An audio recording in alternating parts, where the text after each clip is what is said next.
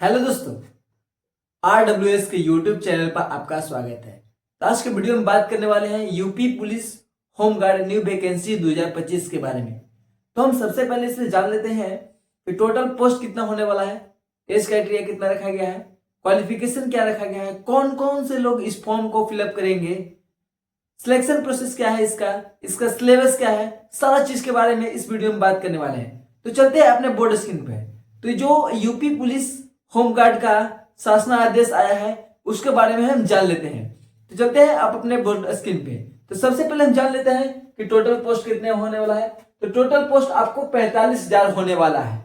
अब इसमें बात कर लेते हैं कि क्वालिफिकेशन क्या रखा गया है। तो जितने भी कैंडिडेट 10th पास किए होंगे वे सारे कैंडिडेट इस फॉर्म को फिलअप करेंगे। अब बात करते हैं एज क्राइटेरिया के बारे में, एज लिमिट के बारे में। तो एज आपको कब से काउंट किया जाएगा? तो एज आपको काउंट 1 जुलाई 2026 से आपको एज काउंट किया जाएगा। तो एज उसमें क्या होना चाहिए? मिनिमम एज आपको जनरल के लिए 18 साल होना चाहिए और मैक्सिमम एज आपको 30 साल होना चाहिए।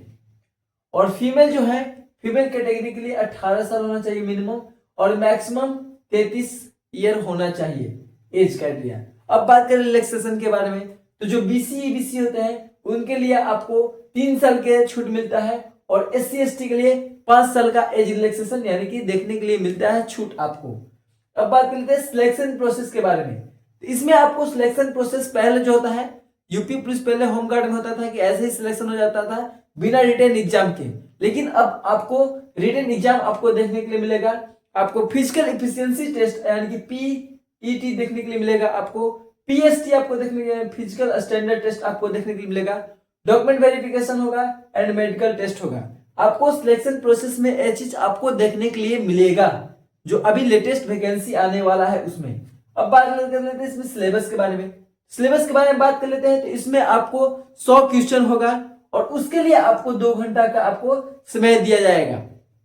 और जो 100 क्वेश्चन होगा वे कहां से आएगा? तो वे कहां से आएगा? जनरल नॉलेज से होगा, यानी कि सामान्य अध्ययन से होगा, सामान्य ज्ञान से होगा। अब इसमें बात कर लेते हैं कि कौन कौन सब्जेक्ट से आपको क्वेश्चन आने गए। तो जनरल नॉलेज में जितने भी सब्जेक्ट आते हैं वे सारे से आपको क्वेश्चन देखने को मिल जाएगा। यानी जनरल नॉलेज में छोटा बहुत, जनरल नॉलेज में आपको जीके जीएस में मिल जाएगा, आपको देखने को मिलेगा, साइंस से मिलेगा क्वेश्चन आपको देखने के लिए, मैथ से मिलेगा, जीएस से मिलेगा और रीजनिंग भी इसमें मिलेगा देखने के लिए। हिस्ट्री, भारत के हिस्ट्री मिलेगा आपको, संविधान से, भारतीय संविधान से मिलेगा, इकोनॉमिक्स, भारत के इकोनॉमिक्स से मिलेगा, भारत का भूगोल रहेगा, इसमें आपको विश्व का भूगोल रहेगा और यूपी का शासन, सामान्य शासन प्रशासन व्यवस्था से रहेगा, आपको क्वेश्चन देखने के लिए मिलेगा। और मैक्सिमम क्वेश्चन जो है आपको जीके जीएस से, यानी कि 90% क्वेश्चन आपको जीके जीएस से मिलेगा देखने के लिए। और जो जनरल नॉलेज होता है उसमें मिनिमम आपको 5 क्वेश्चन या 6 क्वेश्चन मैथ से आ जाता है, रीजनिंग से आ जाता है 5 क्वेश्चन 6 क्वेश्चन आपको देखने के लिए मिलेगा। अब बात कर लेते हैं इसमें होमगार्ड में जॉब जो लग जाता है आपको। अगर होमगार्ड में आपको जॉब लगता है तो आपको, अगर आपको अच्छा नहीं लग रहा है या आपको होमगार्ड में जॉब लग गया, अगर आप उसके लिए, अगर होमगार्ड में आपको जॉब लग जाता है तो उसके बाद आपको, अगर आपको यूपी पुलिस कांस्टेबल में आपको जाने का मन है तो उसमें आपको रिलैक्सेशन मिलेगा, उसमें आपको छूट देखने के लिए मिलेगा, आपको अतिरिक्त छूट उसमें दिया जाएगा। जो भी होमगार्ड के कैंडिडेट रहेंगे, यूपी होमगार्ड के कैंडिडेट रहेंगे, उनको आपको यूपी पुलिस कांस्टेबल की जो वैकेंसी आएगा उसमें आपको काफी छूट मिलेगा। अब बात कर लेते हैं इसमें फिजिकल के बारे में। तो इसको फिजिकल के बारे में बात कर लेते हैं। तो जो मेल कैंडिडेट है उसको हाइट जो है आपको 168 सेंटीमीटर की रखा गया है।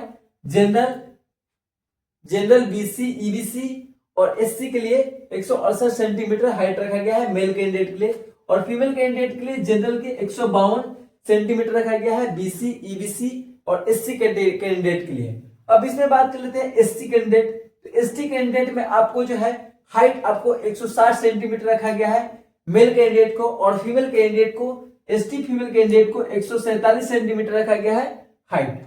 अब इसमें चेस्ट के बारे में बात कर लेते हैं। तो जो चेस्ट जो होता है मेल कैंडिडेट को मेजर किया जाता है।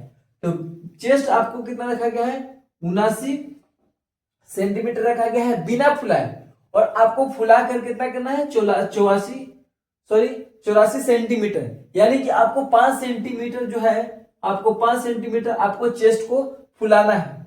और एसटी कैटेगरी होता है, तो एसटी कैटेगरी में आपको जो है चेस्ट जो होगा 77 सेंटीमीटर होगा बिना फुलाए हुए 77 सेंटीमीटर, और फुलाने के बाद यानी कि 5 सेंटीमीटर फुलाना होगा तो उसके बाद होना चाहिए 82 सेंटीमीटर आपको चेस्ट होना चाहिए। और फीमेल कैटेगरी के चेस्ट नहीं लिया जाता, उनको वेट लिया जाता है। उनका फीमेल कैटेगरी, जितनी भी फीमेल कैटेगरी है उनका वेट 40 किलो यानी कि 40 केजी होना चाहिए। अब बात कर लेते हैं रनिंग के बारे में। तो रनिंग के बारे में बात कर लेते हो तो मेल कैंडिडेट है, तो मेल कैंडिडेट का रनिंग जो होगा वो कितना होगा 4800 मीटर का है, यानी कि 4.8 किलोमीटर का आपको रनिंग होने वाला है। उसके लिए समय दिया जाएगा कितना, आपको मेल कैंडिडेट को समय दिया जाएगा 28 मिनट समय दिया जाएगा। और फीमेल कैटेगरी का रनिंग होगा उनको होगा कितना 2400 मीटर यानी कि 2.4 किलोमीटर आपको रनिंग होने वाला है। उसके लिए समय दिया जाएगा आपको 16 मिनट, यानी कि लड़की के लिए 16 मिनट दिया जाएगा समय और लड़का के लिए 28 मिनट समय दिया जाएगा। अगर आप अतिरिक्त छूट के बारे में बात करते हैं, इसमें जो भी एनसीसी कैंडिडेट होंगे यानी कि मेल कैंडिडेट होंगे या फीमेल कैंडिडेट होगा, एनसीसी सर्टिफिकेट उनको पास होगा। अगर आप एनसीसी के ए सर्टिफिकेट होगा तो उनको आपको 1 नंबर दिया जाएगा, और अगर एनसीसी में बी सर्टिफिकेट होगा तो आपको 2 नंबर दिया जाएगा। अगर एनसीसी में सी सर्टिफिकेट होगा तो उनको 3 नंबर दिया जाएगा। और भारत के स्काउट गाइड भी होंगे, भारत के स्काउट गाइड किए होंगे, उनको भी 1 नंबर आपको दिया जाएगा, इसमें देखने के लिए मिलेगा आपको। और अदर स्टेट के बारे में बात कर लेते हैं कि अदर स्टेट के जितने भी कैंडिडेट हैं वे इस फॉर्म को फिलअप करेंगे या नहीं करेंगे। तो अदर स्टेट के फॉर्म इसमें लगभग यानी कि अभी तो नहीं आया हुआ है, इसमें नहीं कर पाएंगे क्योंकि इसमें जो है ना वैकेंसी क्या है डिस्ट्रिक्ट वाइज आया हुआ है। यानी कि यूपी में जितने भी डिस्ट्रिक्ट है यानी कि जो भी डिस्ट्रिक्ट है, यानी कि मान लखनऊ है तो लखनऊ में है तो होम डिस्ट्रिक्ट लखनऊ है, तो जो भी कैंडिडेट लखनऊ के आते हैं, लखनऊ डिस्ट्रिक्ट से बिलोंग करते हैं, वही लखनऊ डिस्ट्रिक्ट में फॉर्म को फिलअप करेंगे, उनका ही सिलेक्शन होगा।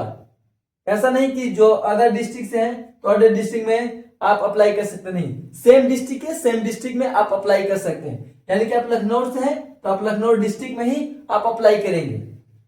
अब बात करते हैं अप्लाई डेट के बारे में बात कर लेते हैं। तो अप्लाई डेट अप्रोक्स लगभग यानी कि 1 मंथ से पहले आ जाएगा, 1 से 2 मंथ से पहले आपको फॉर्म फिलअप होना स्टार्ट हो जाएगा, ये आपको देखने के लिए मिल जाएगा। क्योंकि यूपी में 2027 में इलेक्शन है, इसीलिए आपको इलेक्शन से पहले आपको देखने के लिए मिल जाएगा। अब बात करते हैं सैलरी के बारे में। तो सैलरी जो है इसको मैं आपको 30,000 से एबव होने वाला है, मैं मिनिमम आपको सैलरी 30,000 से एबव होने वाला है, जिससे आपको अपना इसमें मेंटेन कर सकते हैं सारे खर्चा को। इसमें क्या होता है कि जो जॉब होता है, इसमें जॉब जो होता है इसमें क्या होता है कि आप होम डिस्ट्रिक्ट यानी कि होम गार्ड लिखा हुआ है, होम गार्ड लिखा हुआ है इसलिए क्योंकि जो भी होम डिस्ट्रिक्ट के कैंडिडेट होंगे वे इतने में सर्वाइव कर पाएंगे, जो मानदेय दिया जाएगा उसमें आप सर्वाइव कर पाएंगे, इसलिए होम डिस्ट्रिक्ट की ये वैकेंसी है। इसमें अदर स्टेट के कैंडिडेट फॉर्म इसलिए नहीं फिल कर पाएंगे लगभग मेरे हिसाब से, क्योंकि इसमें दिया हुआ ही है कि अपने डिस्ट्रिक्ट में ही मिलेगा उनको पोस्ट, यानी कि अपने डिस्ट्रिक्ट यानी कि जो भी यूपी के हैं, यूपी का वैकेंसी है तो यूपी के डिस्ट्रिक्ट होगा, यानी कि यह तो बिहार तो अलग स्टेट है तो अलग स्टेट का तो इसमें इंक्लूड नहीं होगा। अगर आपको वीडियो अच्छा लगा होगा तो चैनल को सब्सक्राइब कर दीजिएगा, लाइक कर दीजिएगा और बेल आइकन की घंटी दबा दीजिएगा, जिससे वीडियो की नोटिफिकेशन आपको सबसे पहले मिले। मिलते हैं अगले वीडियो में, थैंक यू।